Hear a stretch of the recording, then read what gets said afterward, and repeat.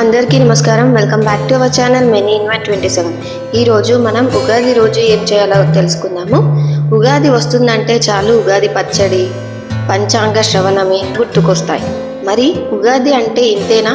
ఆ రోజు పూజించేందుకు ప్రత్యేకమైన దైవం కానీ ఆచరించవలసిన విధులు కానీ లేవా అంటే ఎందుకు లేవు, చాలానే ఉన్నాయి.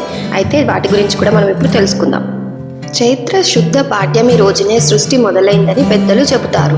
అందుకనే ఆ రోజున యుగాది లేక ఉగాదిగా గుర్తిస్తారు. ప్రతి పండగలాగానే ఇవాళ కూడా సూర్యోదయానికి ముందే నిద్రలేచి తైలాభ్యంగనం స్నానం చేయమని చెబుతారు. నువ్వుల నూనెను ఒంటికి పట్టించి చేసే స్నానమే ఈ తైలాభ్యంగనం. ఏ రోజు కుదిరినా కుదరకపోయినా సంవత్సరానికి తొలి రోజైన ఉగాది నాడు తైలాభ్యంగన చేసి తీరాలన్నది పెద్దల శాసనం. సంవత్సరపు ఆరంభాన్ని ఇలా శుచిగా ఆరోగ్యంగా ప్రారంభించాలన్నదే వారి అభిప్రాయం. అభ్యంగన స్నానం ముగిసిన తర్వాత గడపకు పసుపు కుంకుమలను అద్ది గుమ్మానికి మామిడి తోరణాలు కట్టాలి. ఇక ఉగాది రోజున ఏ దైవాన్ని పూజించాలన్నది కూడా ఒక సందేహమే. ఉగాది రోజున కాలమే దైవం కాబట్టి మనకు ఇష్ట దైవాన్ని ఆ కాల పురుషునిగా తలుచుకొని పూజించుకోవాలి. స్థితికారుడైన విష్ణుమూర్తిని స్మరించిన, లయకారుడైన శివుణ్ణి కొలిచిన, ప్రకృతికి చలనాన్ని అందించేది అమ్మవారిని ధ్యానించిన సమ్మతమే. ఇష్టదేవతలను స్తోత్రాలని పఠించి పూజించిన తర్వాత వారికి ఉగాది పచ్చడిని నివేదించాలి. పులుపు, తీపి, వగరు, చేదు, ఉప్పు, కారం అనే 6 రుచులను కలయికగా ఉగాది పచ్చడిని రూపొందిస్తాం. వైద్యపరంగా ఈ ఉగాది పచ్చడి వేసవి వ్యాధుల నుంచి రక్షణను అందిస్తుంది.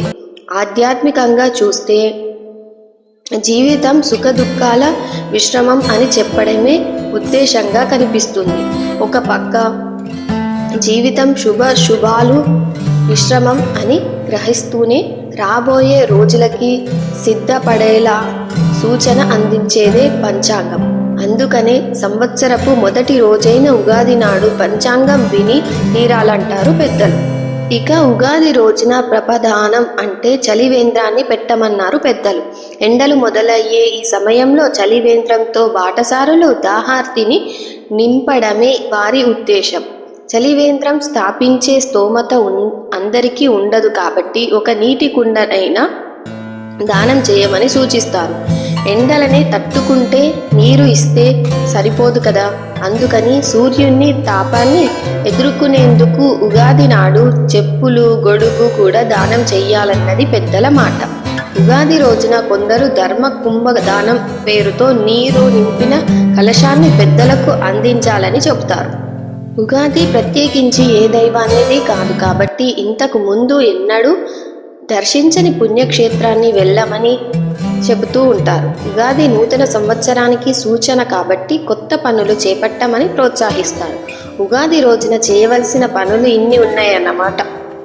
మన పురాణాల ప్రకారం వేదాలను హరించిన సోమకుడిని మత్స్యావతారంలో వచ్చిన శ్రీహరి వధించాడు. అనంతరం వాటిని బ్రహ్మకు అప్పగించిన రోజునే ఉగాదిగా ఆచరణలోకి వచ్చినట్లు చెబుతున్నారు.